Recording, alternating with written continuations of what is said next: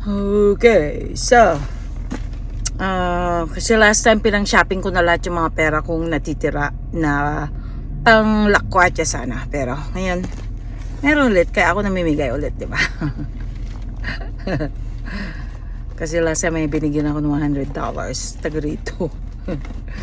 Tapos yung iba naman sabi ko, nako, maubos na pera ko. Kaya binili ko na lang ng madaming mga pagkain. Pero sabi ko, sige na nga. Kahit malait-lait ako. Ang importante, namimigay-bigay ako. Diba? Tingnan ko nga magkano pera ko dito na natitira. My goodness. Ay, shoot. Mga ano to? Mga ano to sa casino. Okay. Ouch. Alright, so tingnan ko magkano pera ko dito ha. So, tingnan natin. Okay, tingnan natin kung magkano pera ko dito. Okay. So, 100, 200,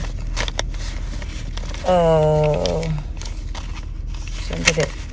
Tatlo to eh. Yan, 1, 2, 300. Tapos may 20, 40, 60, 65, 70. Ayan. 75. Ayun, 75, 76, 77, 78. So may 378 ako. Papambigay ko ba to? Pang shopping ko na lang ulit. Pangkain na lang ulit.